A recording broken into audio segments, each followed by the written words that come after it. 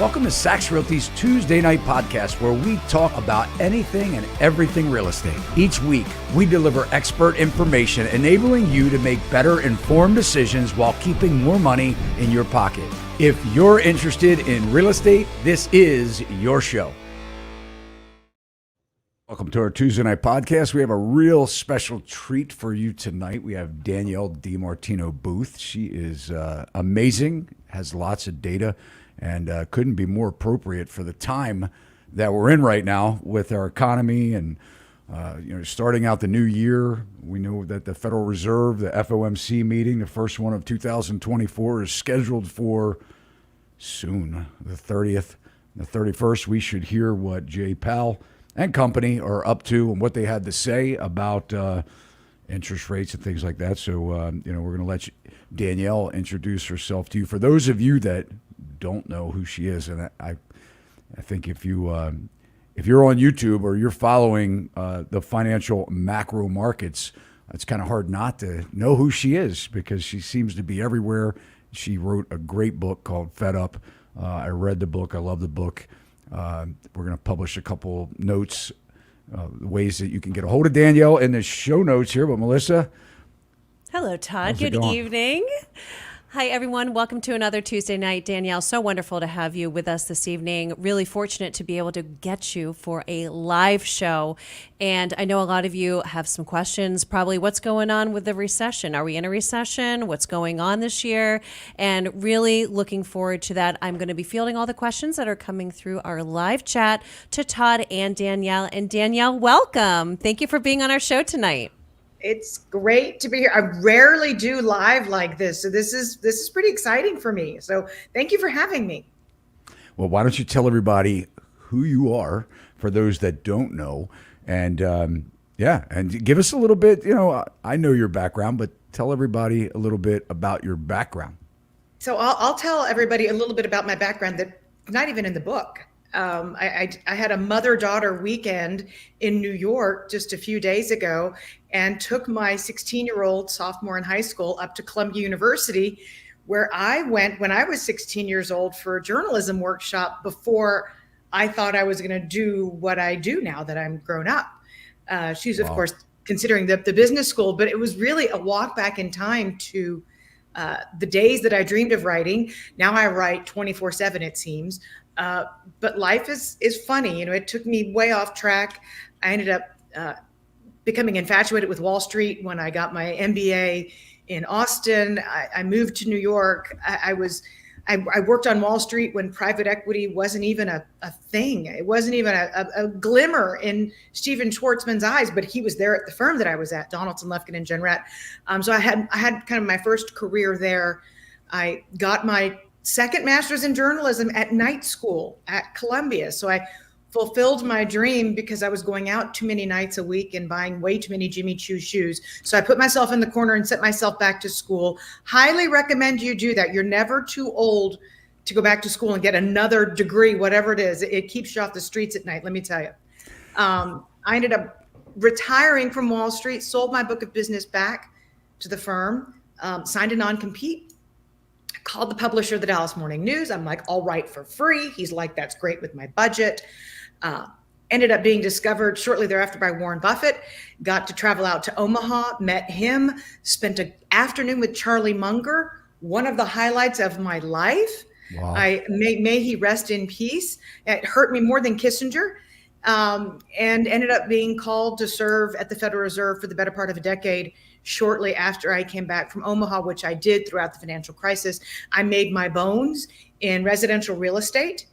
I was speaking with a gentleman by the name of Jan Hatzius. He's the chief economist at Goldman Sachs today, but back in the day, he and I would talk about mortgage equity withdrawal and what the implications were for the macro economy and putting that much cash into people's hands. And it's funny, we've kind of round tripped there now. I run QI Research. We publish 8 days a week.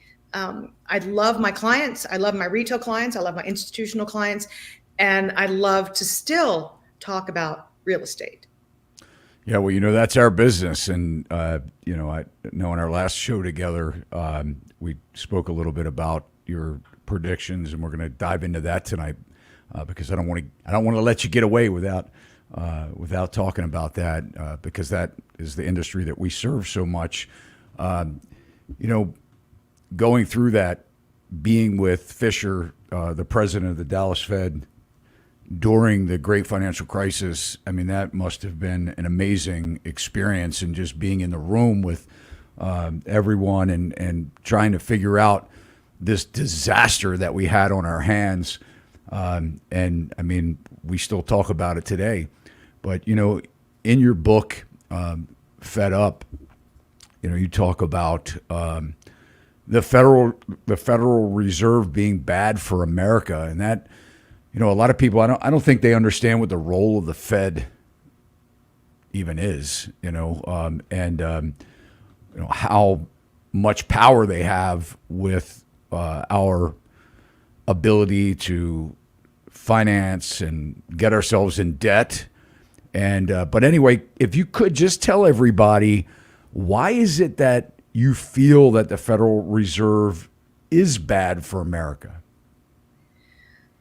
Well, at its most fundamental level, when you read about individuals today who are staring down credit card interest rates that are 29%, you say to yourself, wow, there's the Federal Reserve's fingerprints all over that. Of course, the Federal Reserve sets the rate at which we borrow. But there are a lot of haves and have-nots in this world of borrowing. If you're Apple Corporation, maybe you were borrowing for 30 years at 1% recently. Who knows? But if you're Joe Q, for whatever reason, the Federal Reserve's zero interest rate policy, that was decided when I was there.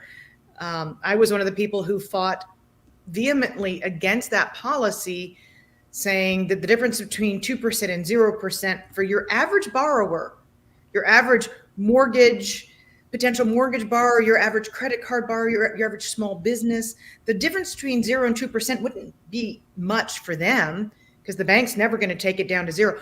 But for corporations, for Wall Street, for really, really fat cats, that 0% might invite a lot of speculation. And it did. I was on the inside when there was a violent debate about the Fed buying mortgage-backed securities. And I wrote a paper.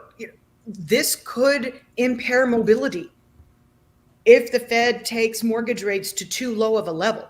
This argument was being made in 2007, mind you. But we were already saying in the post-war era, census data tells us that U.S. homeowners are less flexible, less dynamic when the need comes for them to take a new job on. If their mortgage rate's too low because the Fed's bought up a bunch of mortgage-backed securities instead of staying in its lane in treasuries, could our policy inadvertently impair mobility?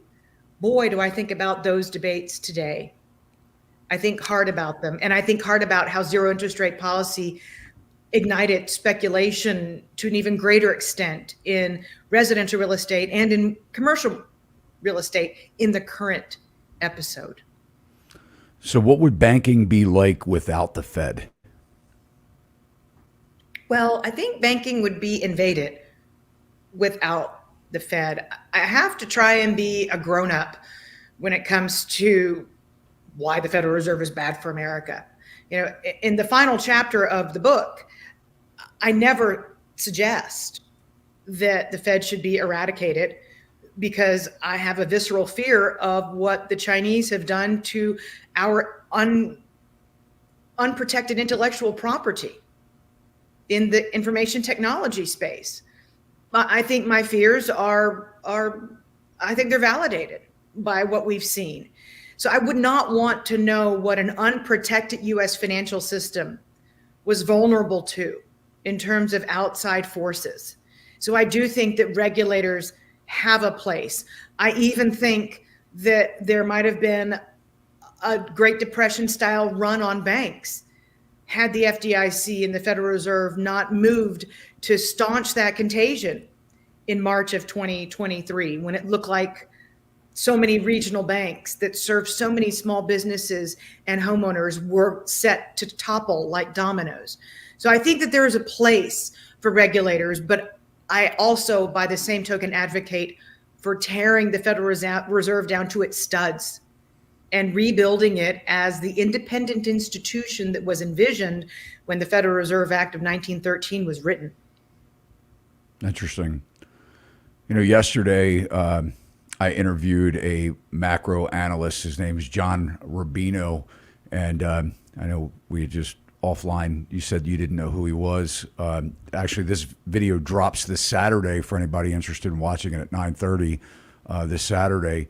But in John's opinion, we spoke a lot about the Fed, and in his opinion, just kind of talking about the Federal Reserve, he thought that the best Fed chairman that we've ever had was back in President Nixon's day. He was a two-term Fed chairman, Paul Volcker, and Paul was chairman, as you know, Danielle, from 1979 to 1987. When I was in high school, what are your feelings on that? I mean, if you had to make a list of all of the, Fed chairmen that, have held this position, do you think Volcker was one of the best? I think that Volcker was the second best.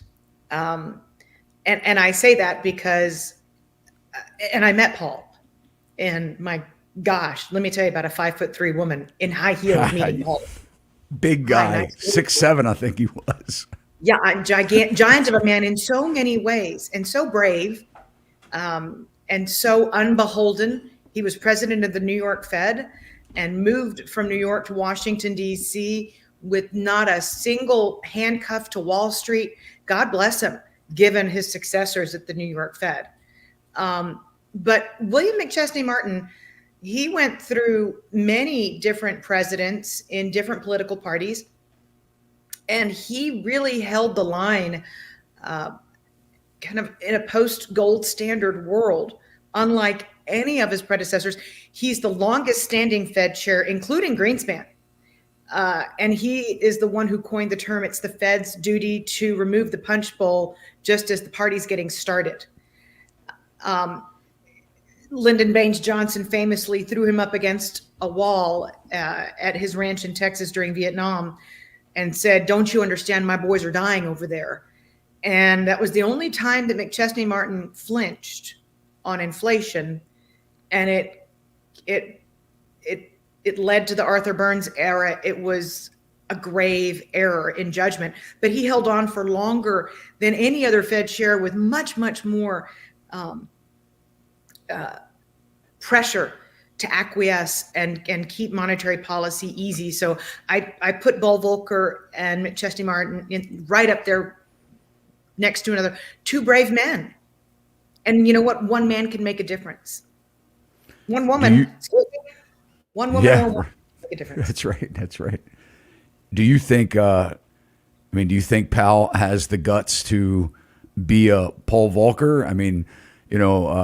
Or do you think that he received a phone call not too long ago from the White House saying it's time to put those rates down? I saw something on whitehouse.gov, and we'll talk about that. It has to do with the jobs reports. I want to kind of go over that a little bit shortly. But what it had said was that we were magically at 2% with inflation. But do you think Powell is going to announce earlier than expected that he's about to drop interest rates? I think most phone calls from this White House and the one that preceded this White House go straight to Powell's voicemail. They've both been highly inappropriate, intervening presidents. You don't have no chair of the Federal Reserve for 6 months in the case of Biden because you're trying to slam through confirmations of progressives onto the Federal Reserve Board, and therefore you hold one man hostage, which he very publicly did. And it was insulting. And people who've left the Fed subsequent to that have said that policy was paralyzed during that time because the Federal Reserve Board staff in Washington, D.C. was divided in between two camps, one that was siding with Lael Brainerd, the other that was siding with Powell, and that had the board not been divided as it was, then transitory would have gone away a lot sooner. But there was no leadership because Biden hung Powell out to dry. I need not say what Biden's predecessor did to Powell because it's a matter of public record in tweets. Neither of them, Powell doesn't like either of them. He does not like that Trump signed socialism into law and paid people not to work. As a true fiscal conservative, more libertarian in his nature, Powell is. He certainly didn't appreciate what Trump did or the public lambasting. And so I'm of the view that Powell came out before the Iowa caucuses to be as apolitical as he possibly could be in front of what we're already seeing is going to be a very contentious political season. I think he wanted to narrate the pivot and then sit back and watch the market sweat, which is exactly what he did today when he had his chief lieutenant say, I think we can be very measured. I think we can be very patient in lowering interest rates. So any of you who have this zero bound and that's what you're focused on, buckle up. It's going to be a long ride.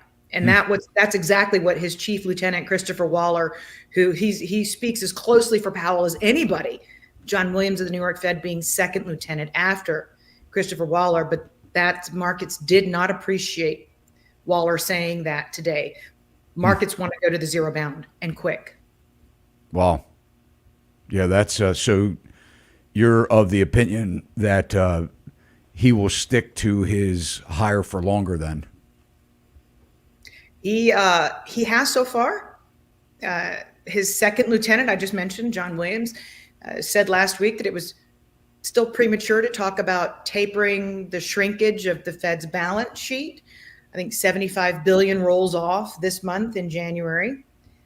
People forget that just because we've stopped seeing rate hikes, that does not mean that we're past the tightening cycle. The tightening cycle continues with every $1 billion that rolls off that balance sheet, meaning by the end of January, by January the 31st, when another 75 billion is rolled off the balance sheet, we're resetting the timer. 12 to 18 months from January the 31st, 2024. 12 to 18 months, we feel the lag effect of the current tightening.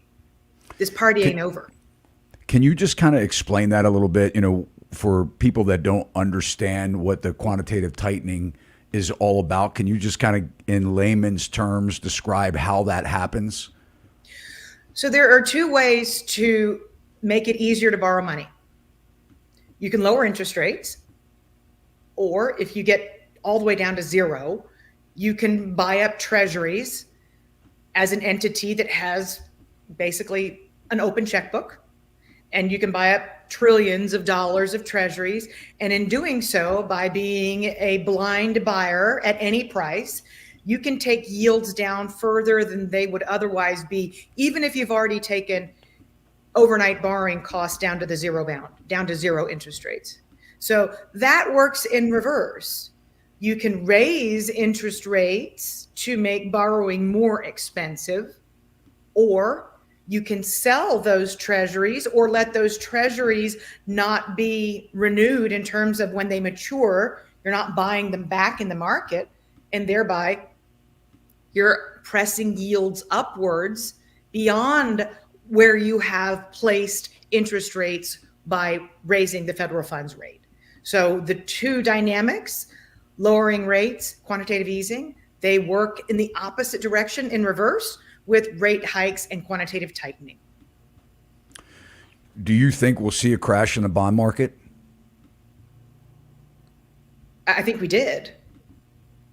I think we've seen the peak of rates, the lag effect that I mentioned that'll start at the end of this month for January 2024's quantitative tightening, the lag effect from the rate hiking cycle that began in June of 2022 is pretty darn manifest in a recession today.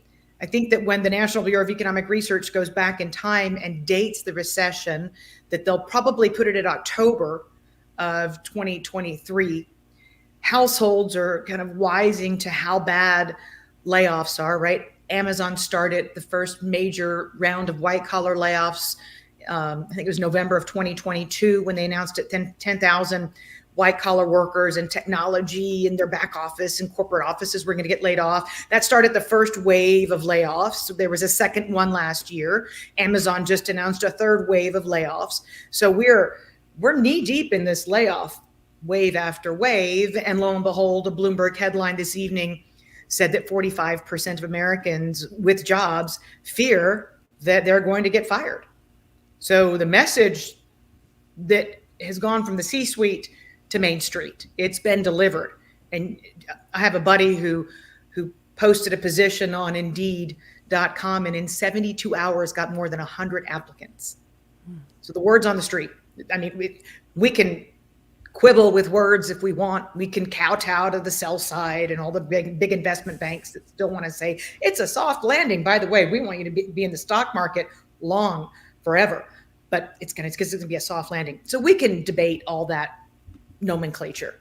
But for the average working man and woman on the street, they've got the message. We're in recession. I think we started seeing it show up, at least I started seeing, a lot of my business owner friends talk more about business slowing down somewhere probably mid-October.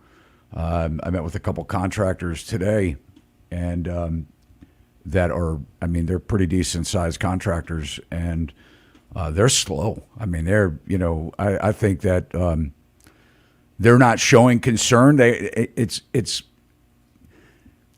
people are, in my opinion, and I'm not trying to be doom and gloom. I'm just trying to look at it. Being in business since 1989. You have to think about what might happen over the next 12 to 18 months. You can't ignore it. And I think a lot of people, and my friends that I met this morning, when we were talking about business being slow, and these are guys that have been in business for a long time, decades, they forgot about what '08 was like when it really dried up fast for long periods of time and we had that recession. I think we have amnesia sometimes when we're looking back. In a lot of ways, it's just hope, and it's good to be hopeful. But at the same point in time, we have to be realistic and think, there wasn't that long ago that you were saying, if you're looking to buy a house or you own a house, prepare for a spouse to lose their job. What do you, so when you're talking about, we're in a recession and a lot of people aren't really feeling it yet.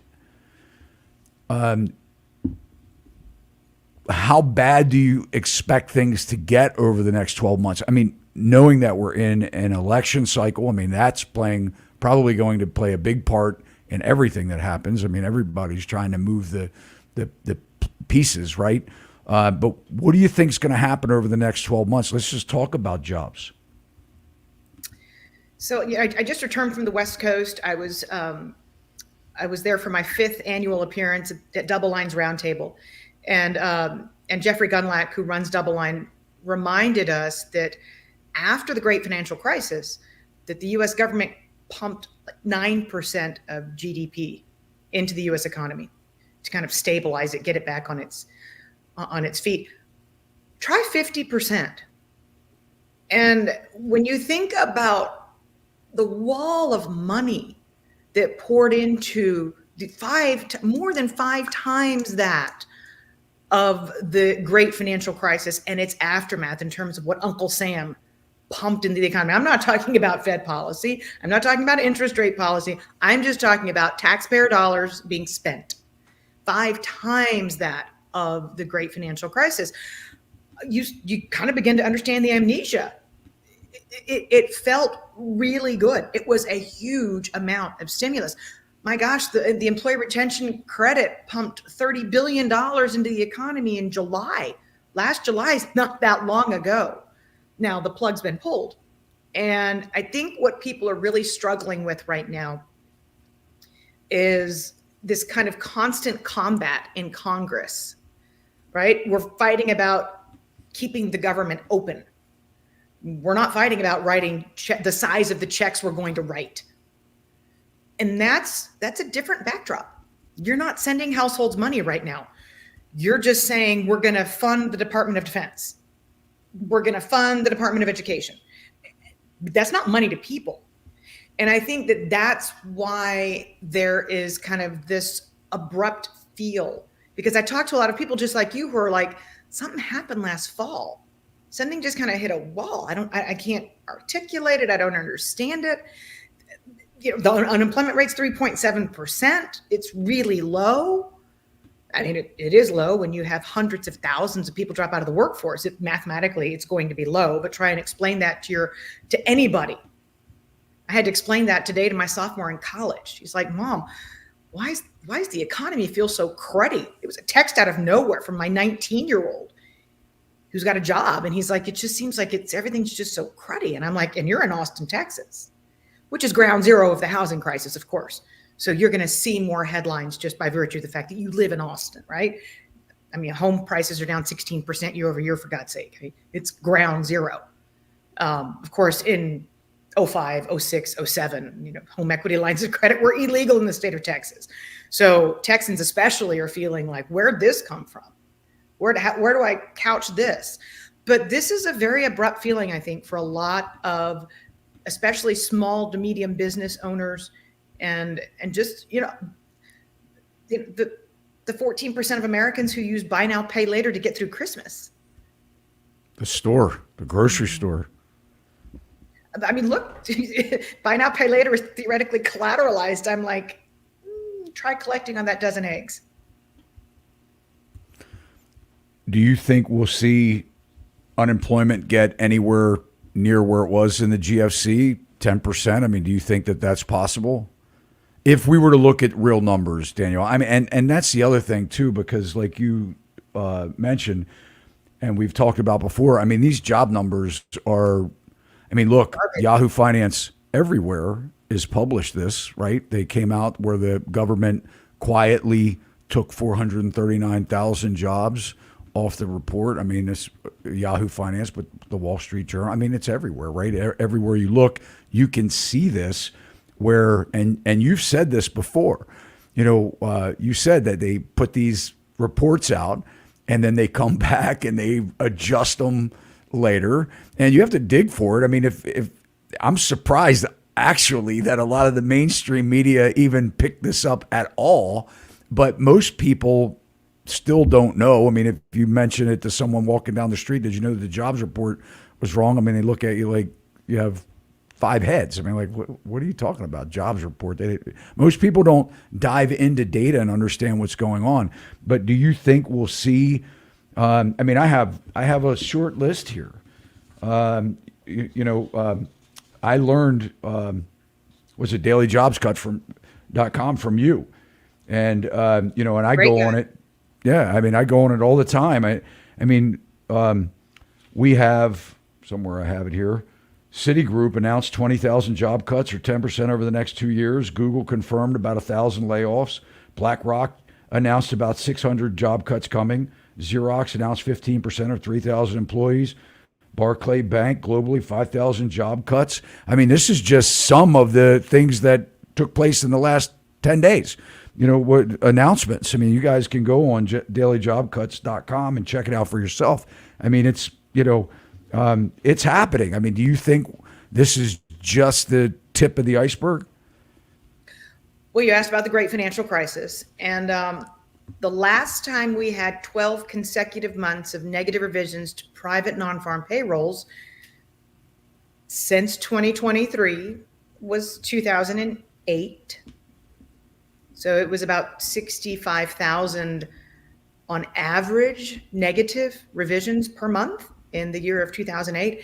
In the year 2023, we hit negative 48,000 per month negative on average through November. Of course, we think we're going to get another terrible revision for December. So the dust hasn't settled on the year.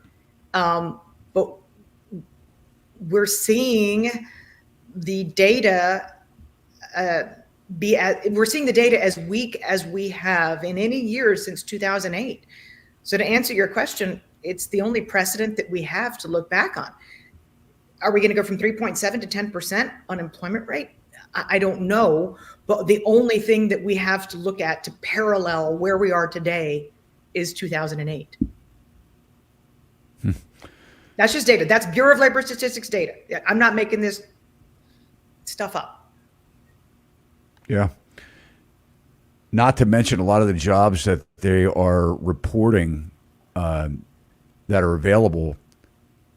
I mean, you just said they post a job, they get 100 applicants. But a lot of these jobs that are reported, they're government jobs. So that needs to be paid by some type of taxpayer revenue.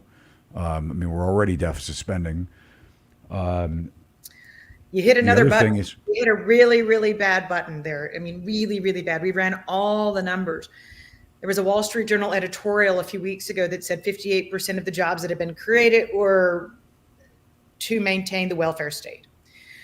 Like 127% of the jobs in the state of New York had gone to supporting the welfare state, meaning the private sector actually net shed jobs.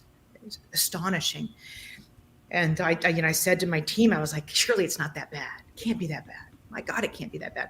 So we added it up and we looked at kind of healthcare, Medicaid, Medicare, office, social assistance. And then we added to that leisure and hospitality just to roll in the absolute lowest paying positions. 81% through December. 81% of the jobs created in the 12 months through December. High paying white collar jobs, -1% in the 12 months ended December. We ran the data in a massive spreadsheet. It is frightening to see how little income generating capacity is behind those headline numbers that the labor secretary somehow puts a smile on her face and brags about. I mean, income generating capacity in this country is being destroyed. And not to mention, a lot of people have 2 and 3 jobs. Oh my gosh, we've never seen these kinds of numbers. We haven't. It breaks my heart. I had some 60 some odd year old man pick me up a few days ago to take me to DFW. This is my first Lyft pickup. You're it, ma'am. And I'm like, you should be on a golf course. Yeah. Yeah, it's amazing, looking at the data of how many over 70-year-olds have credit card debt. I mean, it's crazy. How many have mortgages or where they have taken equity, or how many of them have had reverse mortgages where, they don't have enough money to live, right?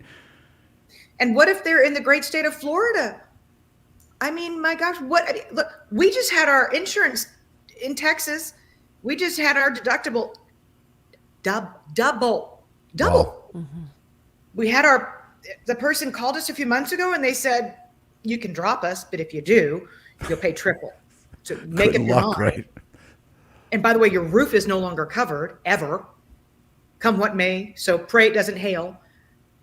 This is Texas. Imagine what it's like in Florida if you're on a fixed income and your homeowners association dues go through the roof because of property taxes and homeowners insurance. I mean, my gosh, what do you do if you're retired? Except maybe, I don't know, pick up a gig driving Lyft and pick up Danielle and take her to DFW.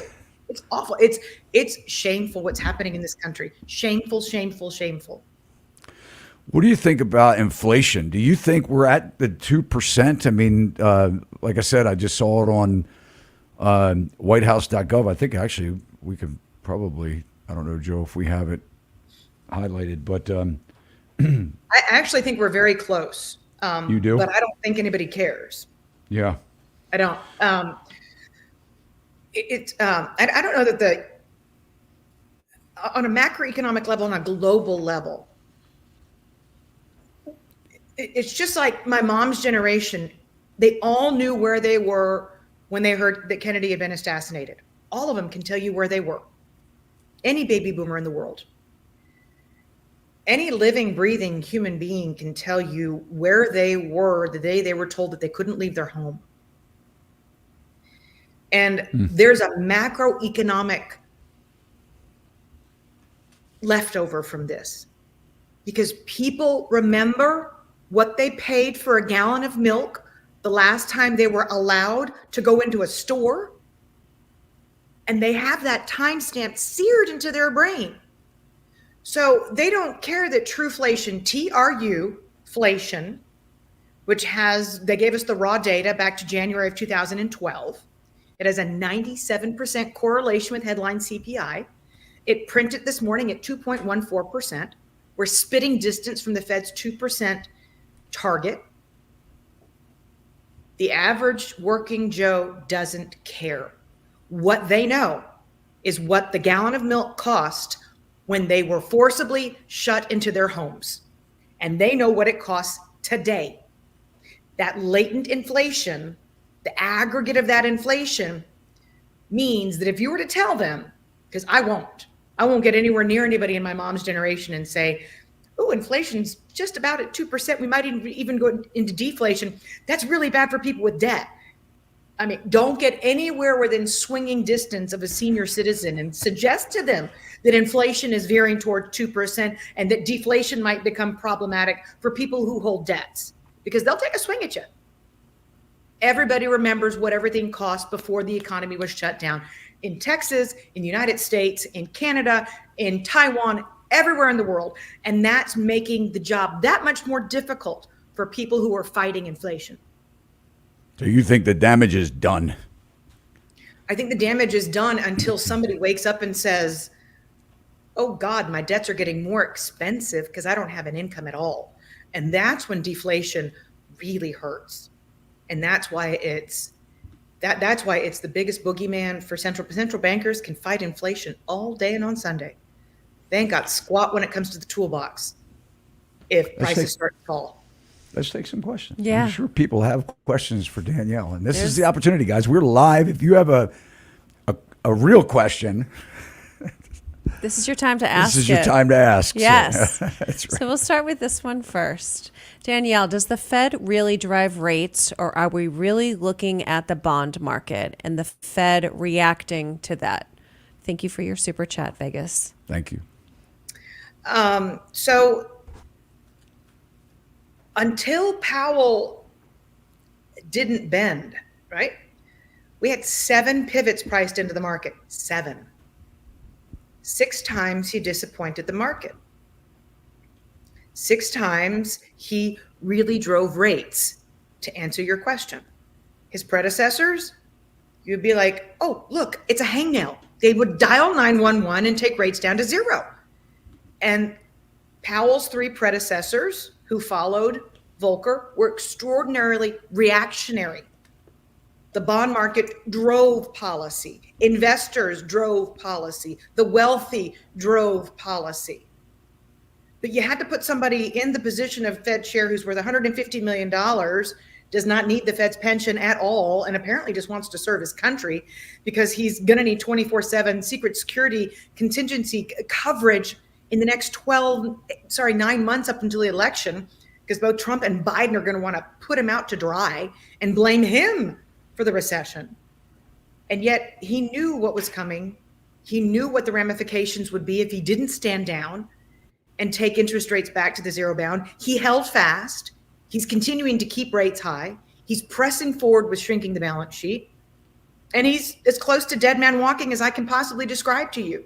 But right now, the Fed continues to influence the bond market. We just had an 11 sigma decline in the Empire Manufacturing Survey for the month of January. It took out the lows of the great financial crisis today.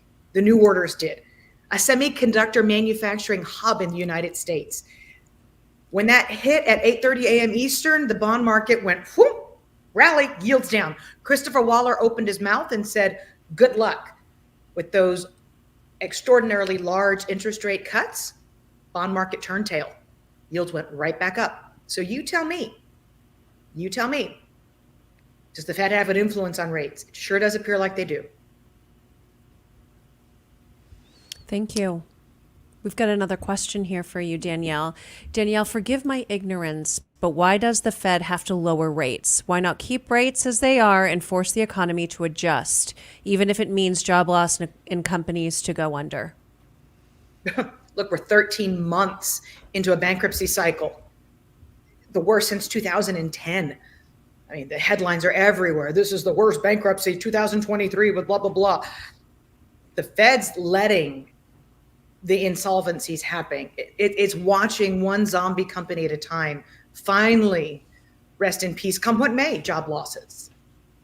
And if it truly is going to only press forward with 3 interest rate cuts into recession of 25 basis points apiece, theoretically ending the year with the Fed funds rate at 4-point-something%, more than double, companies' refinancing costs more than double, cap rates way back when, he will continue to slam this economy into recession, even if he just goes forward with the 3 interest rate cuts, which it's his obligation to do once the unemployment rate rises. Had it not been for the decrease in the number of working Americans, which monkeyed with the numerator and denominator, the unemployment rate that was reported would have been 4.1% instead of the 3.7%. It was only 3.7% by virtue of hundreds of thousands of workers giving up on finding a job, which is clearly apparent in the 2.1 million Americans who are continuing jobless claimants. We've seen initial jobless claims stay very low, right? But continuing jobless claims have risen, and they're staying at a very high level. And that's telling you that it's time for rate cuts. This is kind of cookie cutter central banking 101. Along the lines of this, I think it's just an appropriate time to sort of talk about banks. Thanks, Charles, by the way, for your comment here. In 2023, I mean, dating back in the GFC, there were literally hundreds of banks that were bailed out. And I think about $200 billion were paid to the banks to bail them out. They were the banks that were chosen to be bailed, that they chose to bail out. A lot of them shut down. I mean, $200 billion. Nowadays, it doesn't seem like that's a lot of money because we have the T word, the trillions. So, but still, a lot of money, a lot of bailouts. In 2023, of course, we know March 10th, Silicon Valley Bank failed. 2 days later, Signature Bank failed. May 1st, First Republic failed. July 28th, Heartland Tri-State Bank failed. November 3rd, Citizens Bank failed. For a lot of people to understand, Danielle, when they're looking at the Fed rate, the overnight trading rate, where people can borrow, the basis for them to borrow money, the base rate. What is happening? How does just so people can understand, because we get this a lot in the comments. How does that Fed rate harm these banks to the point, where they're insolvent and need bailout? So by keeping those rates higher, can you just kind of explain how that is catastrophic for the banking industry? Well, there are 2 parallel ways in which high rates are destructive to banks. To the extent that banks followed the Federal Reserve into buying treasuries and buying mortgage-backed securities when those rates were at 5,000-year low yields, then they also piled up a lot of losses attached to those purchases. And that's what I call chapter 1 of the banking crisis. That's one channel. So banks are sitting on losses. Unlike the great financial crisis, it's very difficult for the FDIC to broker marriages under such circumstances, because usually the bridegroom is interested in a bride with a dowry. He's not interested in marrying somebody who's bringing a lot of losses to the table. Hey, marry me, I'm going to bail you out. It doesn't work that way. So the FDIC was not able to broker marriages in the same way that it was in the aftermath of the great financial crisis, because banks are sitting on all these losses attached to their treasury and mortgage-backed security holdings. That's just one channel, however. If a multifamily development has to be refinanced in 2024, or let's say the 56% of office properties that had to be refinanced in 2023 but failed to refinance, That's a reflection of banking crisis chapter 2. And that's when the bank's loan book's level of impairment is revealed by the level of interest rates. So if you've got an office that was originally had carried it, call it 2%, and it goes to 4%. I'm being super simple here. That means that somebody has to fill in that hole with equity. Bring a check to the table. Bring the bank a check. Or, in the case of 2023, give the bank back the property and walk away, because you're not going to write a check for that equity. You don't have the money, or you don't want to take the loss. So you give it to the bank. And that is what we're seeing with the initial round of bank earnings. It's the level of impairment in their commercial real estate books. And that's the other way that a high federal funds rate bites, and bites hard. And we don't know what the answer. We don't know how chapter 2 reads. We won't know how chapter 2 reads until we see how this commercial real estate saga plays out. Blackstone crossed the headlines tonight. Big building on Broadway.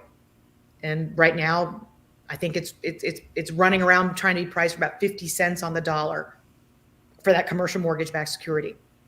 Goldman Sachs wrote down its entire office book by 50% last year. Why? Because Goldman Sachs has deep pockets. What about smaller and regional banks that are overly exposed to commercial real estate? They don't have the same pockets as Goldman Sachs. We're going to find out how detrimental a high Fed funds rate is to these small, mid-sized banks. Will we see just a big consolidation at that point, where the top too big to fail banks? I mean, how does that affect J.P. Morgan Chase, a Wells Fargo, a Bank of America? They're buying losses. Don't forget chapter 1. They're buying losses. That means somebody has to cushion those losses. Last I heard, that signature paper still hadn't sold. Funny thing, the FDIC can't seem to unload it. And I speak tongue in cheek, but I'm trying to say that what has gone on in 2023 is still sitting there rotting like gangrene, because the FDIC cannot sell the paper. Yeah, we're seeing it here locally. I have a client that I showed a building to, an office building to. It's tax assessed at $6.9 million. It's in receivership with Wells Fargo.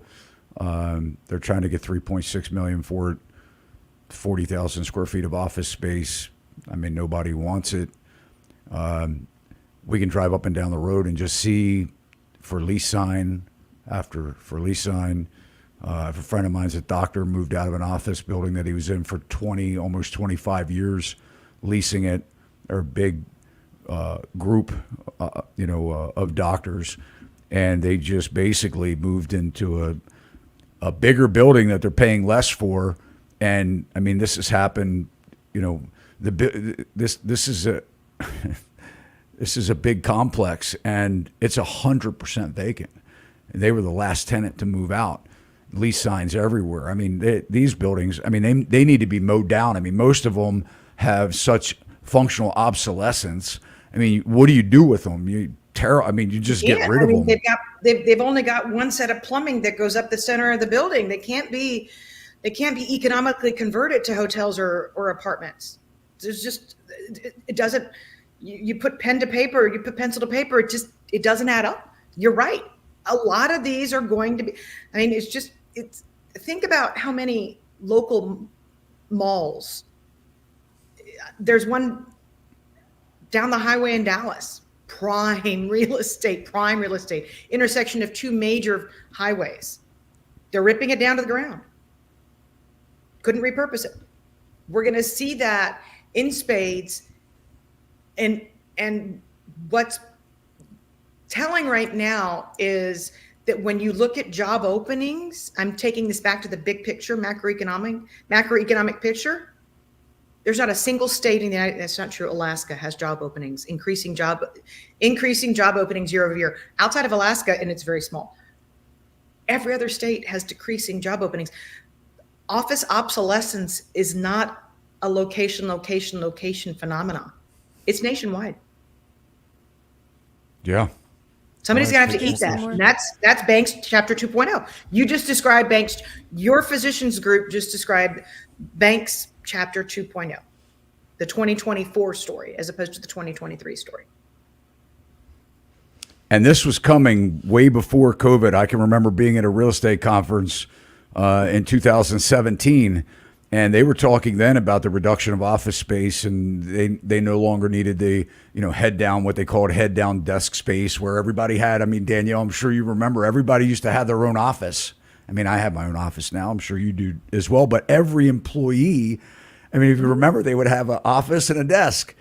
And, and so now we've gone to open spaces but, in commercial real estate, I mean, you would go in and say, look, how many employees do you think you're going to hire? And this is how much space you need. You need 120, 150 square feet per employee, and now we're looking at it, we could stick, 10 people in a 10 by 12 room with a bench and laptop computers. So, this has been something. Melissa, Todd, I'm going to make some real enemies here live. I'm going to make enemies live. And I do it because I like to stir the pot, because I really don't care. I'm not a bureaucrat anymore, and I'll never be one again. Well, maybe. Anyways, I'm really going to stir the pot because fresh data that's come out shows a ton of U.S. workers full-time going back into the office, and the number of workers working from home falling off a cliff. So this whole idea of it's a work from home thing, and that's why office is impaired. I can't tell you how many CEOs have either woken up to the coffee of artificial intelligence, or I can put it all on this little itty bitty chip, send it over to Mumbai, and pay an eighth for highly professional white collar, 1,000 Black & Decker employees in finance.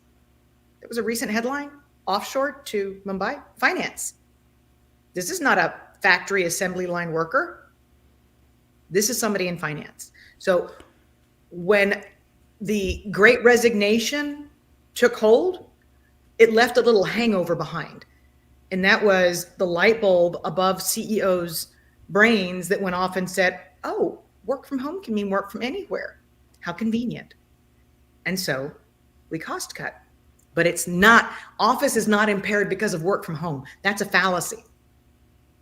Yeah, because they were declining prior to people working from home. I mean, and I don't think you're making enemies. I think this is common sense. And I think that people that don't agree with this or can't see this freight train coming are just people that are putting their heads in the sand. Again, I mean, it's great to be hopeful, but it's also great to be practical and realistic. And when you look at the number one cost for businesses, when we're eliminating small businesses, and it's happening, I mean, the largest employer collectively in the United States are small businesses, or at least they used to be. Now they're getting wiped out.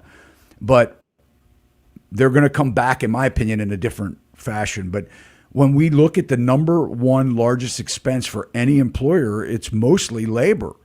And then we look at the cost of, and it's not just the salary. And a lot of people don't understand it. It's a 7.65% FICA Medicare contribution that the employer is paying on top. It's the workers' compensation. It's the insurance. It's health care. Yeah, I mean, big. So what a lot of big businesses were doing was they were changing their full-time positions to part-time positions so that they didn't have to, be subjected to those costs.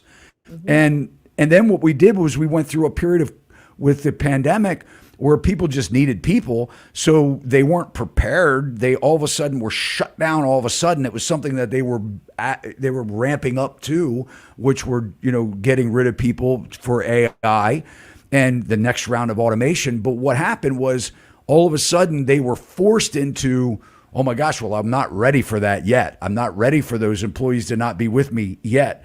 And then with all the stimulus, everybody had money, so demands were high, so they really couldn't get rid of employees. So they had to pay them bonuses to leave their job so that they could come over to the other job, just so they could satisfy their demand of the buyer, the consumer. And now that all of that is starting to, I mean, everything's lagging, but now that has cooled off, reality is getting back to the fact of, hey, I have these people that are working from home. Well, I don't really need them anymore. And now I have less of a relationship with them. So it's a lot easier for me to say goodbye because we're not standing around the coffee machine in the morning talking about how the weekend was and, things like that. So I think one of my good friends in Connecticut was recently, he was like, my daughter's living with me. She's got a good degree. She's got a good job. I forced her, even though she's still living with me, I'm forcing her to the train every day to go into the city and go do FaceTime. And I'm like, you're guiding your daughter right. Because the person who's doing FaceTime, even if they're equally productive, somebody's going to fight for them because they've been coming into the city every day and making the effort to be a human being, a person with a pulse. Not just some, not just some spreadsheet number. I need to cut that cost. I couldn't even pull them out of a lineup. Bye. Yeah, 100%. All right, let's take some more questions. Yes, some more questions. So we've got another one here. Danielle, it seems the Fed aids and abets the banks and ignores the actual economy for the country. Many feel this way. Are we mistaken? Since the leaked Fed meeting from last year, it's hard to believe the Fed. There was no leaked Fed meeting. I stand by my view that that Jerome Hayden Powell dislikes equally Donald Trump and Joe Biden, and that he was trying to get out in front of the Iowa caucuses by releasing news that the Fed was finished raising interest rates. Since then, I think the Fed has not done banks any favors by continuing to reduce the size of its balance sheet. And if it's not going to take interest rates to the zero bound, then banks are going to, they're going to want Jerome Hayden Powell's head on a silver platter. And I can guarantee you that his old friends at the Carlyle are not as friendly as they are in private equity, given we know that high yield rates are somewhere around 15%, which is truly high yield. God knows what they are in the private markets, his old hunting grounds. And yet he's turned his back to all of them. So I'm not a Fed apologist. I'm not a Fed cheerleader. I'm like a walking, talking advertisement for Ritalin. And I still took 2.5 years out of my life. Never took it, but nevertheless, I'm clinically hyperactive. But I still took 2.5 years out of my life to write a book about why the Federal Reserve is bad for America. This is the mother of 4 kids who were under 4. So I took a lot of time away from my family to explain why the Federal Reserve is bad for America, remains bad for America. But Powell's not doing banks any favors. Don't kid yourself. Yeah, it took a lot of courage, I'm sure, to write that book. And you were probably, I can only imagine, but you were probably as you were writing it, and maybe even after you wrote it, thinking to yourself, like, am I really publishing this book? It's a great book. Like I said, guys, I'm not. The Wall Street Journal, the night before Fed Up was published, the Wall Street Journal pulled the story on it. Wow. And they had exclusivity. They were like, the Wall Street Journal's lawyers came back and they told Random House, we're sorry, we're pulling the story.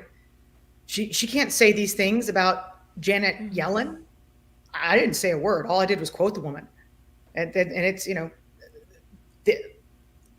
the notes for the book that were required to give to Random House's lawyers were boxes and boxes and boxes.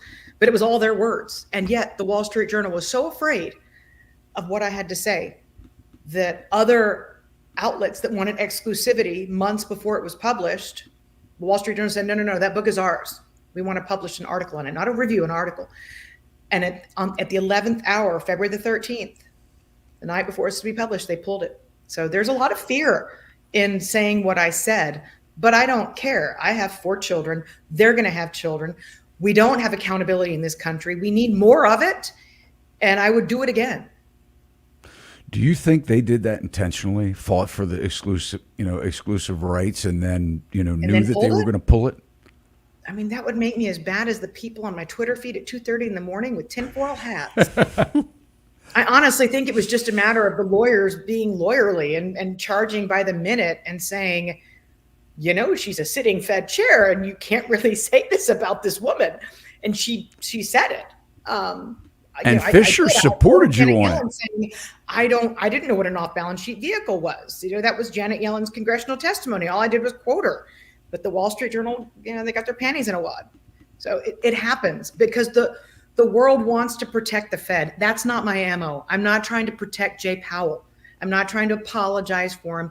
I'm simply pointing out that his three predecessors by long ago would have since gone crying to mommy long ago and taken interest rates back to the zero bound. He simply held out for longer than anybody since Paul Volcker. And I don't think that we should take that away from him, especially because he's making banks' life a living hell. So, I mean, sort of like a side note, because, I mean, who knows what's going to happen, come election day. But let's just say that it is the Biden administration that they're successful. Do you think Powell is going to keep his job, or do you think that he'll be one of the cuts? So you're asking one of the most frequently asked questions that I get. So I look back at Supreme Court precedent and the last time a sitting president tried to remove the head of a federal agency. People forget that the Federal Reserve Board in Washington, D.C., that their email addresses end in .gov. They're technically full-born. My mother was a GS-13. I know what a full-born government employee is. They're technically full-born government employees. But the last time that this happened in the 1800s, it did go to the Supreme Court. And even though the head of the agency was deceased by the time the Supreme Court made its ruling, it ruled that the president was not in his rights to remove the head of a federal agency without cause. And that is what's stipulated. In other words, if Jay Powell is day trading in Asia based on inside information and it's documented, that's for cause. Bye-bye, Jay.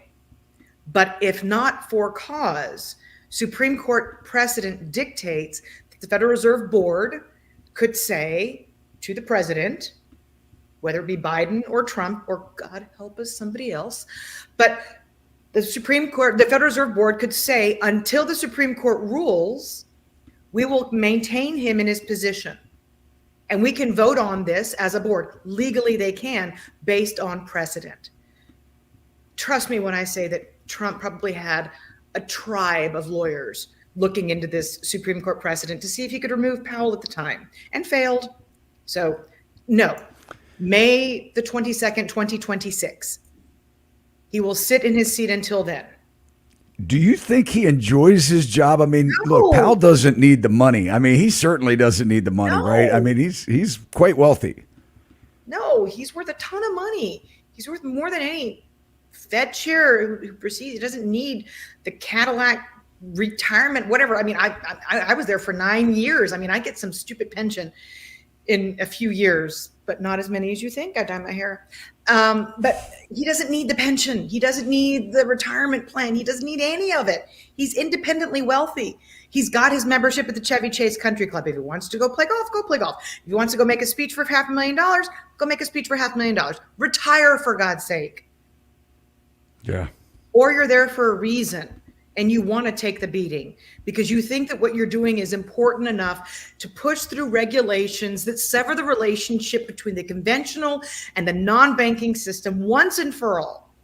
Because that's exactly why he's there. It would require 3 hours of lifetime for me to explain what I just said, but suffice it to say, the $250 trillion global non-banking system, their oxygen comes from the Jamie Dimons of the world and the prime brokerage and the securitization and all of the balance sheet that's afforded them by the conventional banking system. That's why the non-banking system is $250 trillion and the conventional banking system is $180 trillion.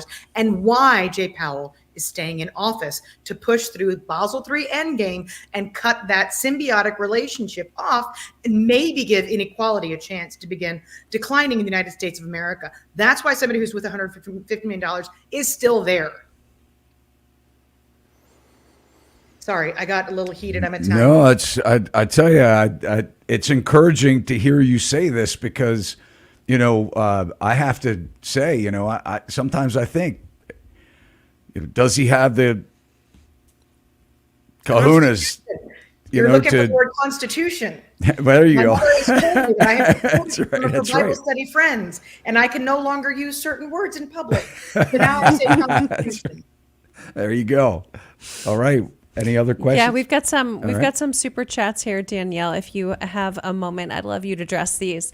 Well, we can't let her go without talking at least a little bit about Hey, the the housing Daily market. Feather. Yay. Thank you for reading. Love watching Danielle and reading the Daily Feather. Technically, how does the Fed reduce its balance sheet? How can they sell mortgage-backed securities with historically low interest rates?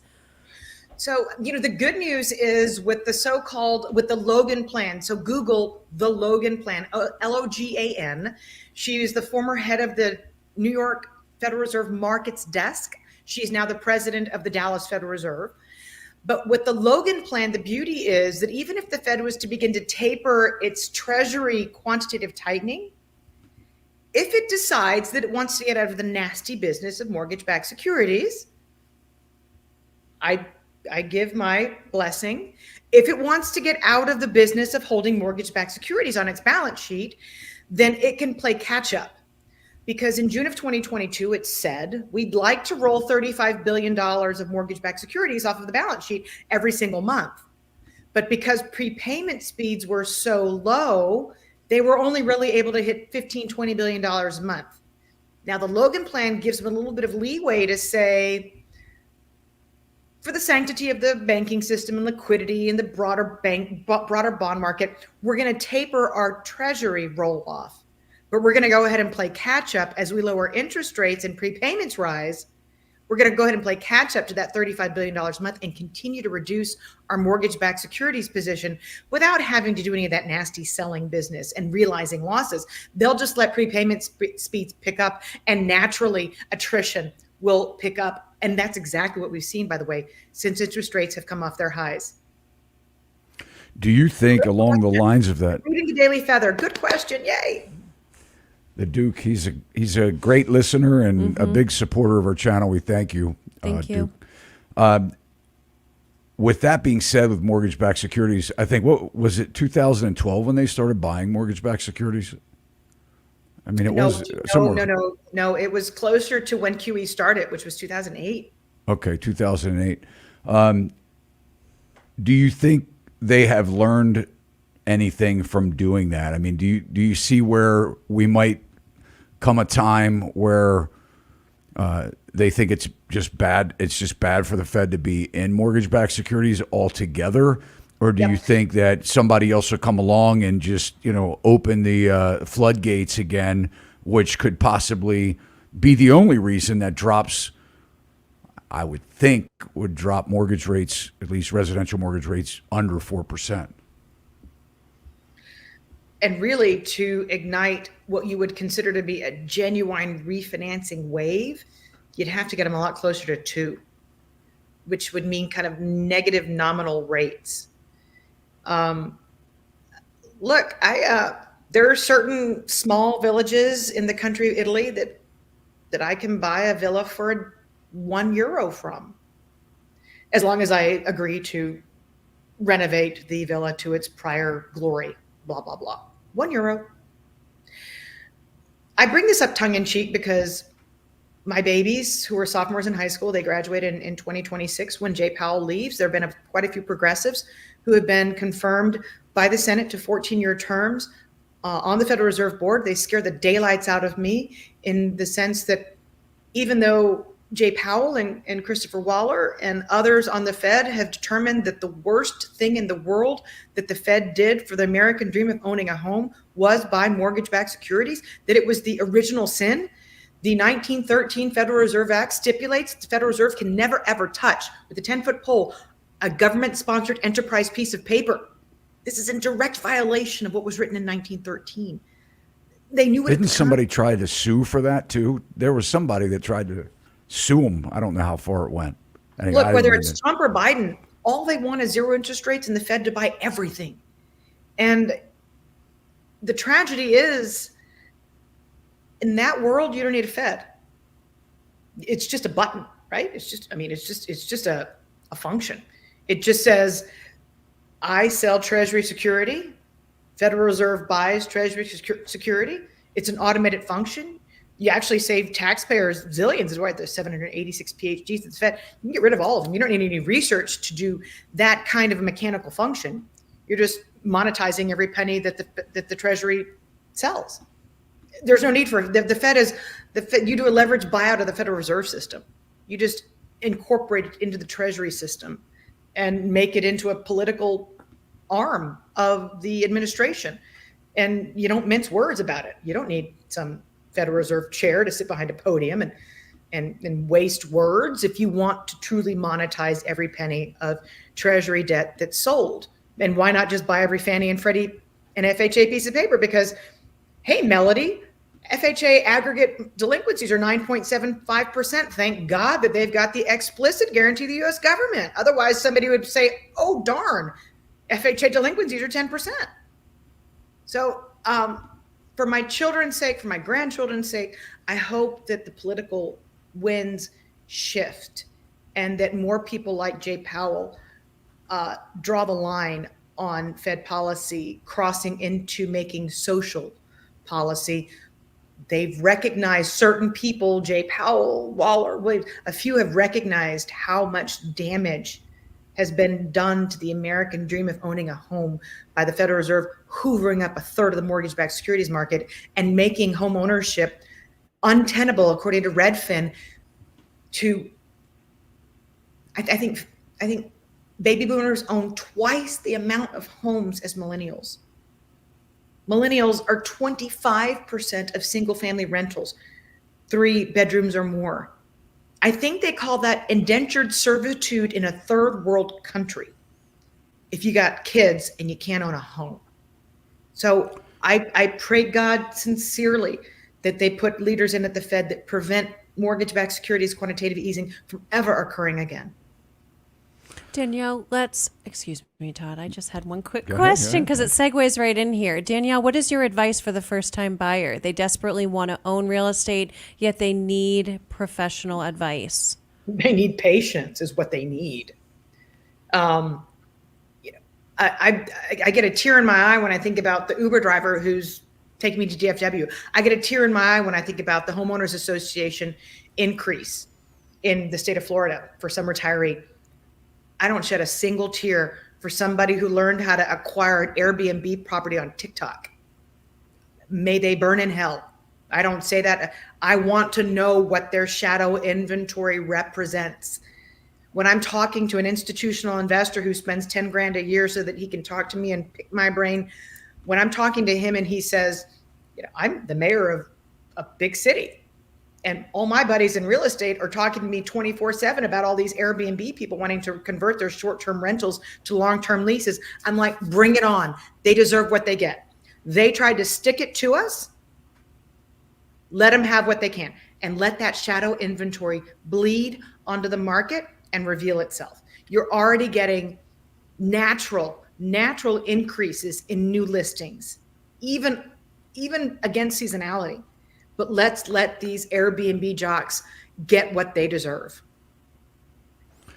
But rent. There's 762,000 apartments coming online this year, the highest level since 1974 when I was in diapers. Rent because landlords they're up a creek.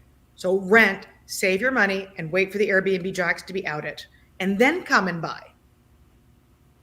I know a couple investors that they are part of these operators groups that raised money for the last probably 5 years or so. They're having capital calls. They have their multifamily assets are in deep trouble. And I was just speaking with one of the investors who's a close friend of mine, and he said that the last capital call that they were talking about, if they didn't raise enough money to satisfy the refinance, because these guys, what they did, and for those of you that don't know what I'm talking about, apartment operators, multifamily operators that have thousands of doors, they raised money to essentially buy the assets. And then what they did is they refinanced the asset, took the debt on it so that they could take that money and buy another asset. Well, what's happening is a lot of these 3 and 5 year loan, commercial loans, they balloon. And what happens is the equity's not there. So they don't want to refinance. Like Danielle was saying, they want them to bring another $10 million to the table.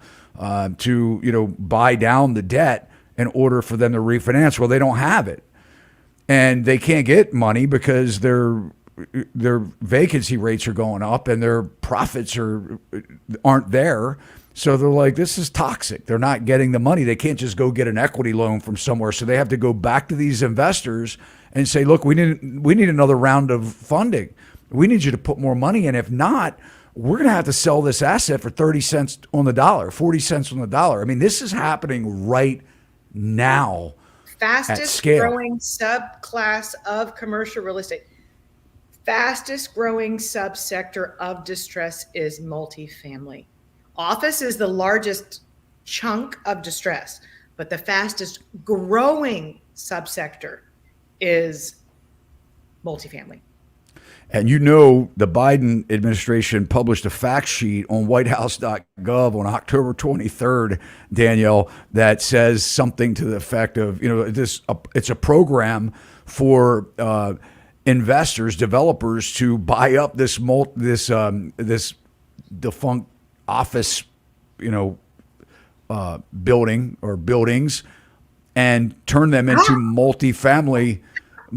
Am I right? Was it October 20? What is it? October 27th. All right, I was off by 4 days, but but they want to actually pump more multifamily units at scale because they know these banks are failing. They know that these assets are going to be turned over to the banks because the operators are like, take it. I can't. They're non-recourse. And so now they're saying, hey, we've got a great idea. I mean, we don't know that there's 1.2 million apartments getting ready to come on in the next 12 to 18 months. We have a great idea. We're going to take these buildings, convert them to office space, give you incentives to do it so that you can fight to fill them up. Ask anybody outside of the United States, and they will tell you that we're in a live episode of Dumb and Dumber when it comes to the last several administrations, because they're in a race to the bottom and there's absolutely no cure for stupidity. What you just showed me is proof that there's no cure for stupidity. Had you seen that before? No, that's the first time I've ever seen that. I was shocked. I don't really peruse the current administration or prior administration's websites. I prefer for Americans to not get paid to not work, or to encourage stupid investments. I mean, I'm sorry, but hey, there's only plumbing up the center of the building. And after you say that and put a period on the end of the sentence, and you just go next, you don't put out a white paper on how to be stupid about it. What brought my attention to that was right up the street from our office, about a quarter of a mile away, literally. There is one of the largest in the office that we're in. Our main office is in Baltimore County. So we're about 15 miles north. You're close to the stupidity. God love you. Yes. Yep. And so the hotel that is basically, it was a Marriott. It's out of business. And but they had published that it was what was actually the largest hotel in Baltimore County.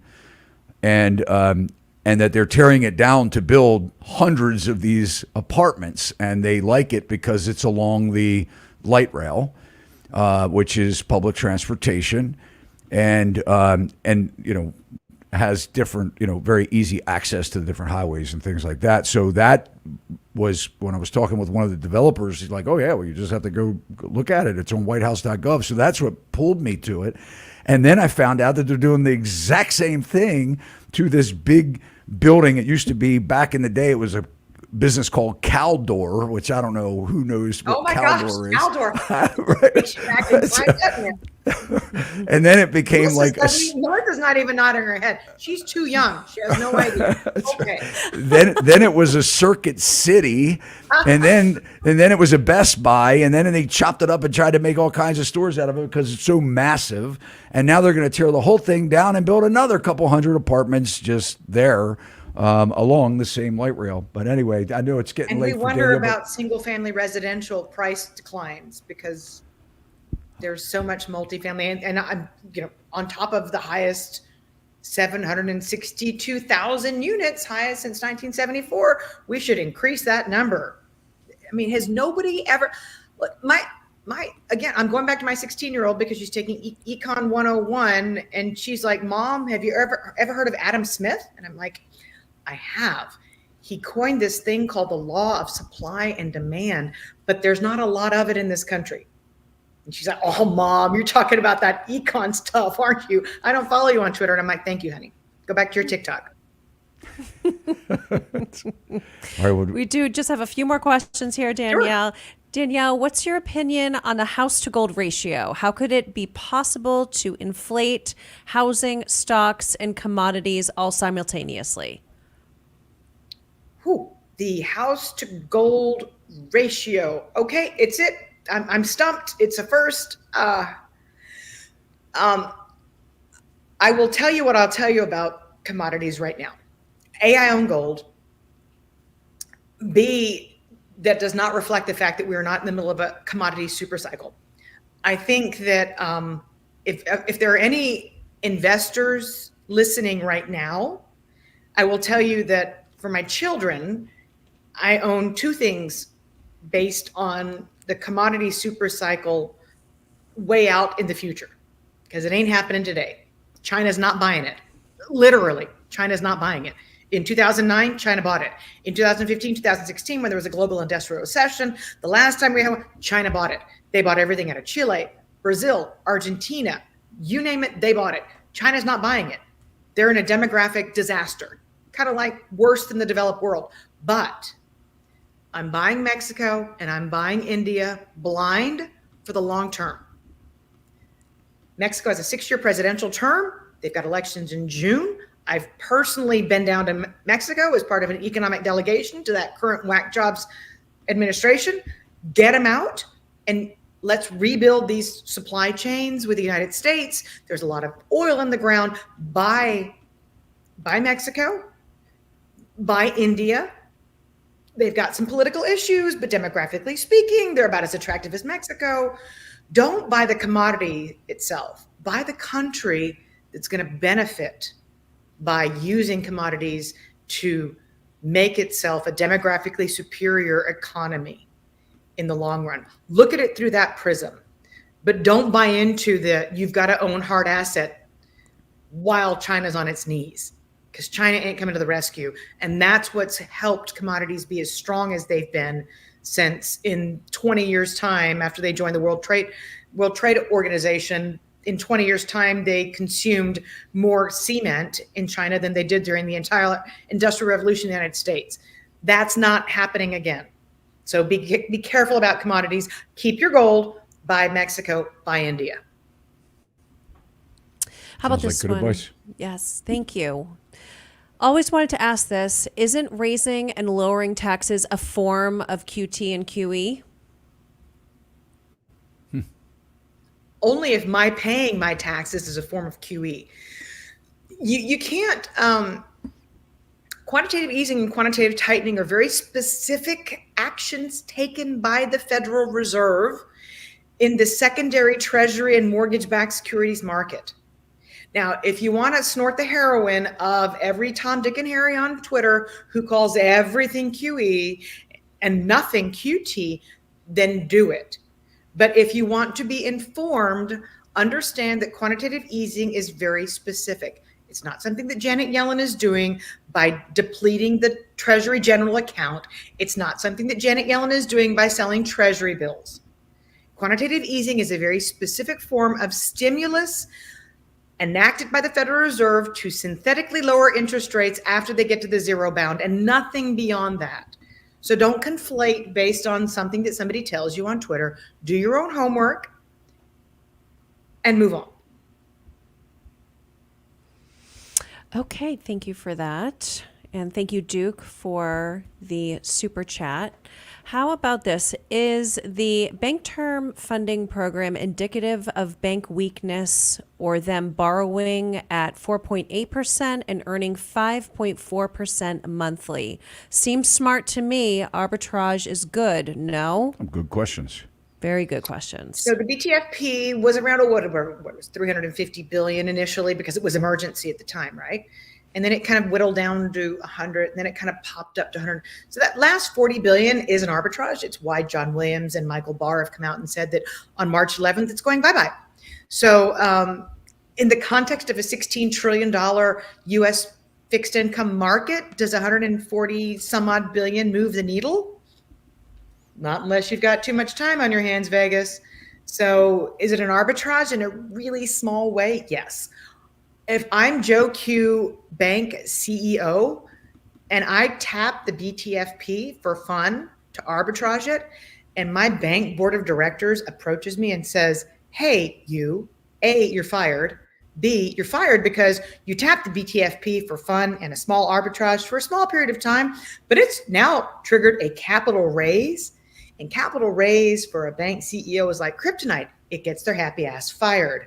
And that's why I continue to try and explain why it's sexy to talk about the BTFP, except for this little dangling end thing that requires the bank CEO get fired. And last time I checked, most CEOs want to keep their job at least until they get their bonus, and then they'll quit. But for the moment, the reason that the BTFP is a sub $150 billion rounding error in a $16 trillion U.S. fixed income market is because most bank CEOs are greedy sons of mothers who prefer to keep their jobs. All right, awesome. Danielle, do you think the housing market will drop 30 to 50%? Gee, I hope so. That's going to apply for Italian property values. They're going to pay me to buy the villa. Look, I think 30 to 50% is a bit of a stretch. I think that we're going to have a lot of churn. You're going to have a lot of supply coming out from the Airbnb jocks. But that means that you're going to have to be a natural buyer in a place where they originally envisioned somebody vacationing for a week at a time. What I think you're going to see, the reason that Lennar Homes builds from the ground up a multi-generational home is because I think that a lot of baby boomers, I think that a ton of baby boomers, I may be moving to Italy, but the rest of the country is going to get Italianified. We're going to have multiple generations living underneath one roof. It's going to be the reality because millennials simply don't have the money after paying Invitation Homes, whatever the rent is that they're charging to save up for a down payment, to buy a home if home prices fall 20, 25%. It's more likely going to be the case that contractors who are shrewd and can easily build a kitchen into a basement for mom and dad end up having a long 10 years of runway of contracts to fulfill to make a lot of these gigantic homes that baby boomers live in that don't need the space accommodate multiple generations. And I think that that's more where we're headed with homes because baby boomers in so many cases own their homes free and clear with no mortgage. Yeah, renters, it's almost impossible for them to save money. I mean, it just doesn't work. And when we look at and that was one of the the last really landing the plane tonight was really what I wanted to talk about was the housing market with you because I know that when we spoke before you had mentioned 2025 don't buy a house till 2025 rent, plan on a spouse losing their job because things could get very turbulent, don't just and it's crazy because we have this confidence right now that I've never seen I've been in business since 1989, self-employed since 1989, and I've gone through a lot of ups and downs, and I've never seen confidence like this before. In front of so many inflated markets. I mean, if you look at the stock market, it's overvalued. I mean, compared to what you're buying stocks for compared to earnings, company earnings. I mean, we've never seen anything like this before. Looking at a housing being 7, 8, 9 times the median household income, and I mean, the amount of money they had to borrow, not borrow, that's bad, that they were gifted from mom and dad to pay $50,000 over appraised value for their house over the last several years. That is that. So I'm kind of curious. When we spoke several months ago, we were really going what looked like off the deep end fast with the raising of the rates and the mortgage interest rates going from 2.74% low to over 8%. We watched the market get shut down. Now we've watched new home construction, new builders buying down mortgages. That didn't work. Offering 5.5%, that didn't entice them. We watched rates come back down to 6.5% now on average right now for a 30-year fixed rate mortgage. That's not bringing them back to the market. So when we look at what you mentioned, baby boomers selling maybe 30 million homes over the next 5 years could possibly come on the market in some fashion, a consolidation of households like we haven't seen in decades. Where do you think we're headed with home prices and single family inventory? So single family inventory is increasing. And we were told that this would never happen. That the golden handcuffs of 93% of homeowners with mortgages of sub 6% meant that they would never move. And Redfin just announced that it's now down to 88% and falling because sellers are being forced into the market. So there are several drivers right now of single family sales. One is you need a whole new scale to scale spec homes right now in the market or under construction. So builders are going to continue to bite it. So there's a depressant there. We're going into recession, meaning I think recession is going to be dated to October of 2023. In recession, you typically see the stock market rally for the first few months. So theoretically, if we entered recession in October 23, then November should have been a massive blowout month in the stock market. Oh, wait, it was. It was one for the history books. Ditto for December. By the time you get to the third or fourth month outside of recession, looking back in time, historically speaking at S&P returns, the stock market starts to turn down. What are we seeing right now? Todd, what are we seeing right now in the stock market? Yeah, it's turning down. So that's going to determine what baby boomers sitting on this gigantic mountain of home equity are going to do with their homes. Are they going to sell? That sure as hell is going to be the case in the case of their second home. What do they do with their primary home? And that will be determined by what happens to their stock market portfolio. Do they convert it to being a multi-generational household, or do they sell it outright? Either of the two means you are capping, at a minimum, capping your upside for home price appreciation, at a minimum, bare minimum. More realistically, you're going to see home prices come down marginally for the next few years while new home builders put out as much as they can, however they can. And that's your absolute best bet as a first-time home buyer. If you have to be in the market, then get the home builder when they're, look at this as a 2024 project. Say to yourself, if I must buy a home, my wife is insisting we're going to have that third kid. You are demographically the exception AB.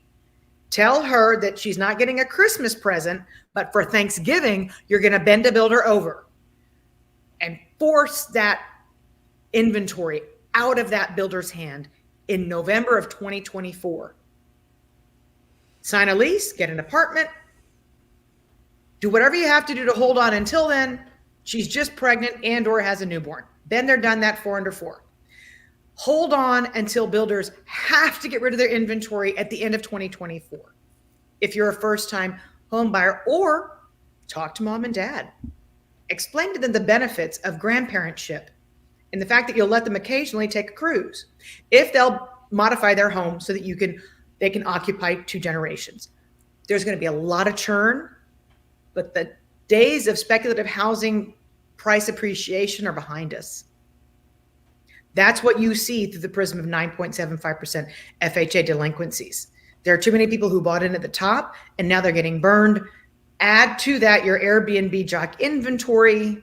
Add to that baby boomers who don't want to be nice grandparents and want to sell to monetize their wealth while their stock market portfolio takes it in the chin.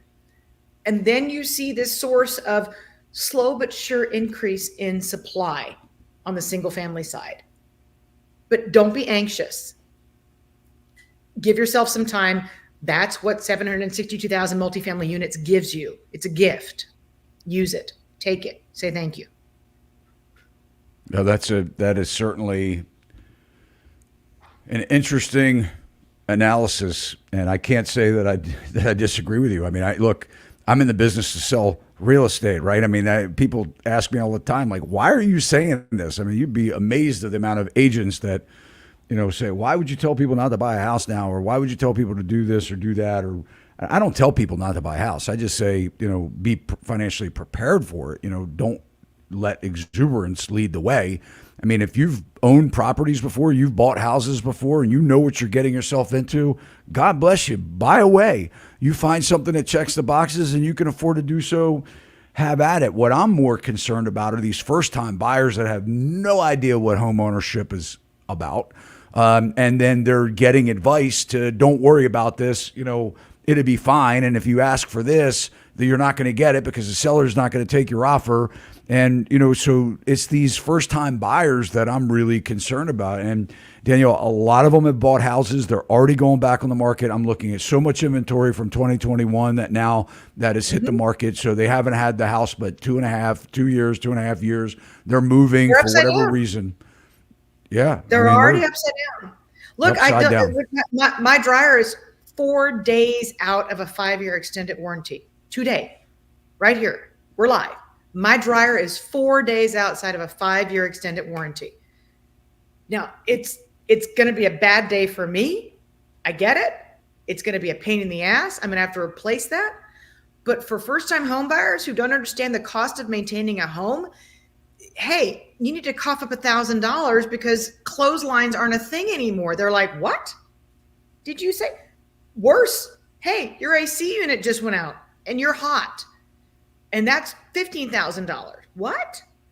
So there's an entire generation that is like, they're squeezing into these payments, but then they're realizing they can't even carry the cost of the home. And somebody just introduced to them, Google.escrow. And they're like, what was escrow? Wait a minute. Nobody told me this was going to happen.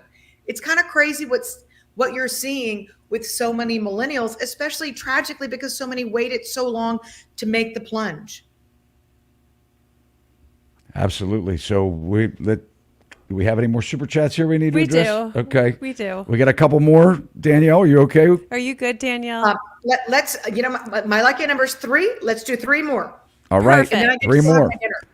We got to we pushed the envelope tonight. So I know. Yeah, we're so blessed to have you, and grateful. so happy that you're on with us, and I know the audience is loving it, and the viewership has been great. One of the best things you can do for Danielle is to cruise over to her YouTube channel. It's linked below. Follow her on X. Also, you can subscribe to her work. We have links below. You guys can check it out. And we're just very grateful here tonight. So Let's 3 more. Okay.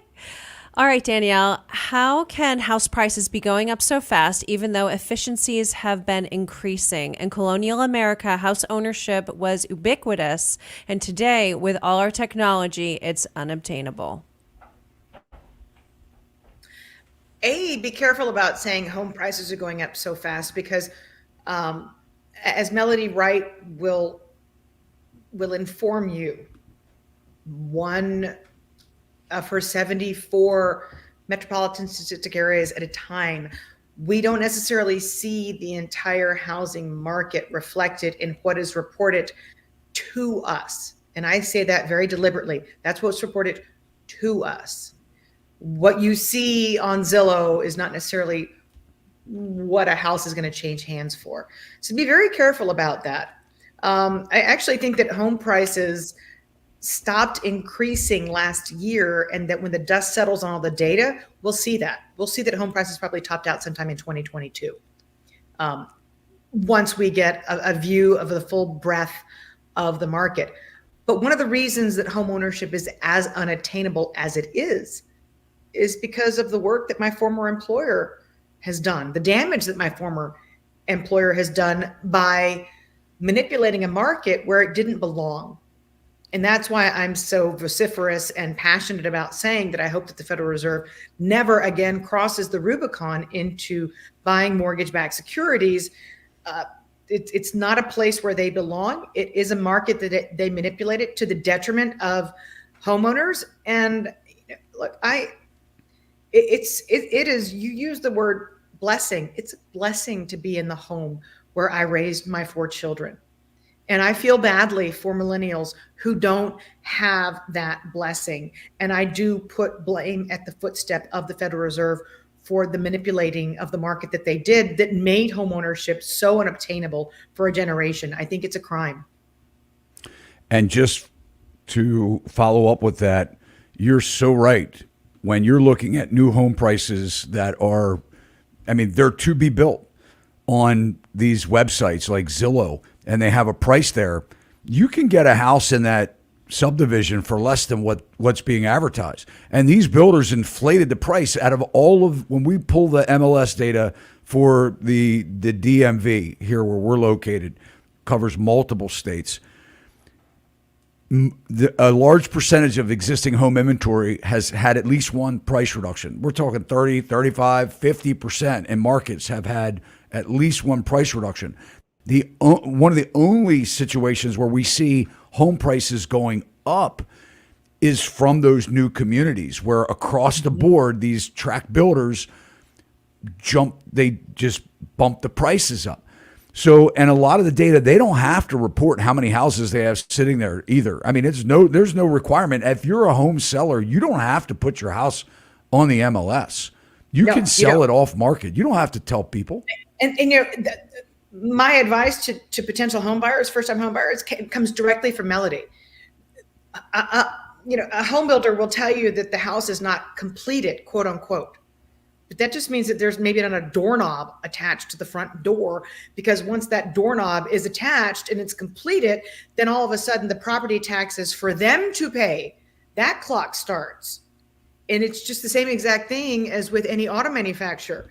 Once the next year of models starts rolling off the assembly line, that's when you go negotiate for the prior model that's still sitting on the lot, brand new, no miles. And they have to contribute to the HOA. So in the development, as they're completing and taking down these properties and finishing them, they are now converting them over to where they have to start contributing more to the homeowners association for the care of those lots, the grass cutting, the snow plowing, All right. Mowing the lawns, everything. Yep. Yeah. Okay. Next up, we got this one right here. Charles, thank you so much for your super chat. Danielle, what are your thoughts on the bill to force hedge funds like BlackRock to sell homes?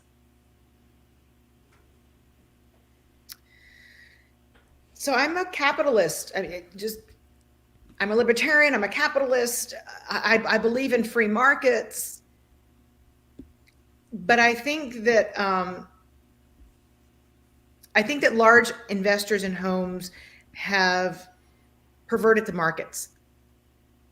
I don't think that, I was on the ground floor when Amherst Securities was considering the very first single family rental.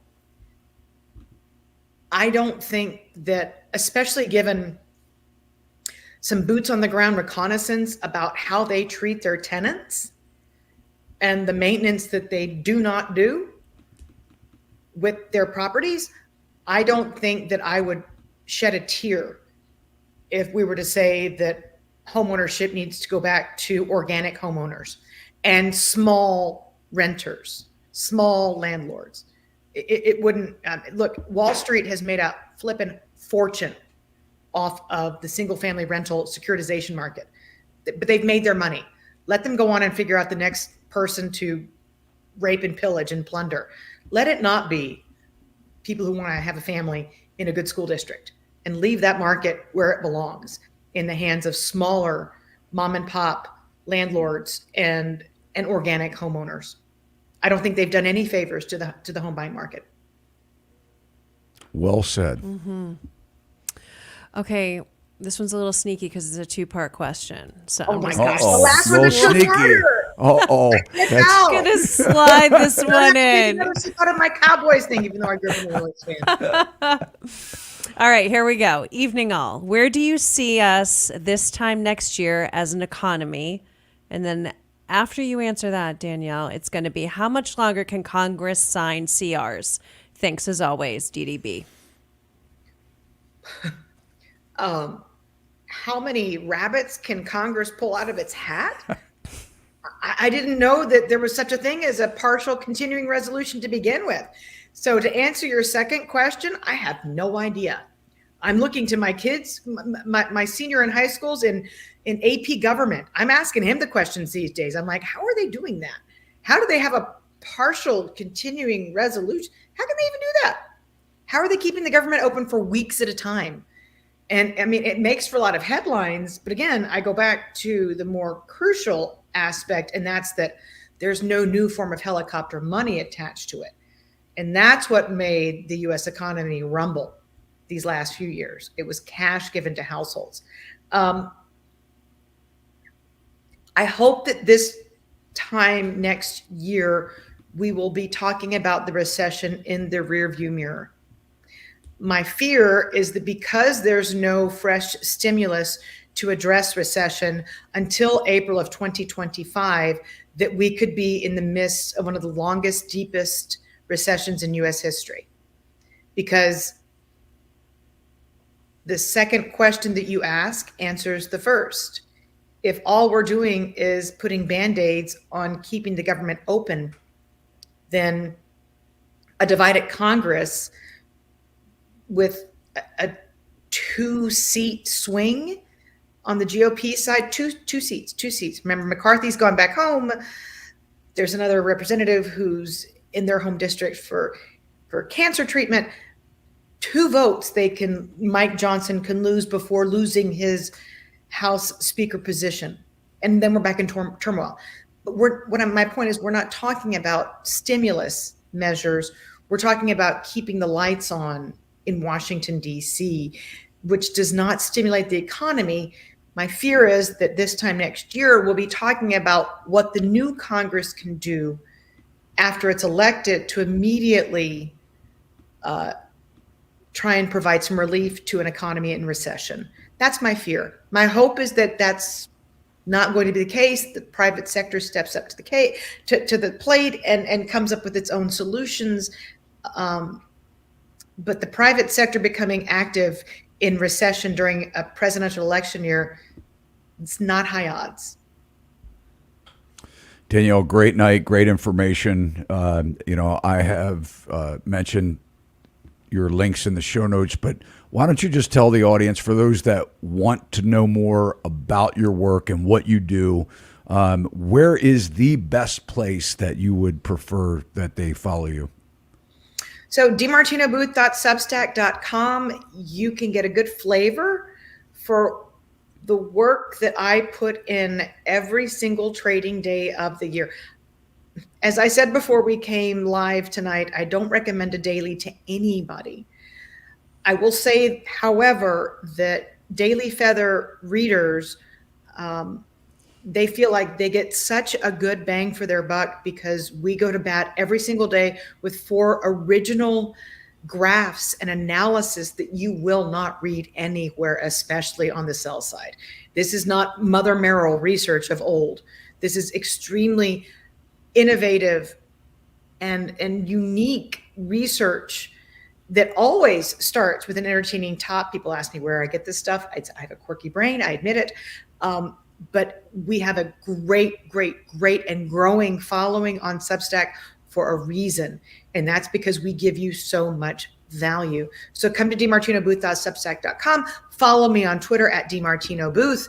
If you're an institutional investor running hundreds of billions of dollars, please come to qiresearch.com and I can set you up there on the institutional side, including the Bloomberg chat room, which is always energetic as well. But thank you, everybody, for your great questions and for your time tonight. Finally, I promise, any thoughts on a new book? Oh, gosh. I think my babies have to graduate in 2026 before I have that kind of leeway, unless something really goes wrong, in which case then I'll pull out all stops and write a sequel. But it required my 24/7 before I was publishing every day to write that book. And I would never produce a substandard sequel. I can't do it. I have to do the best at everything I do, which is, it's an attribute and a fatal flaw.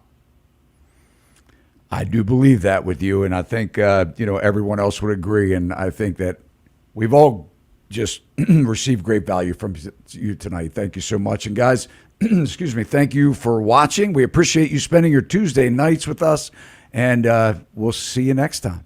We'll see you next time.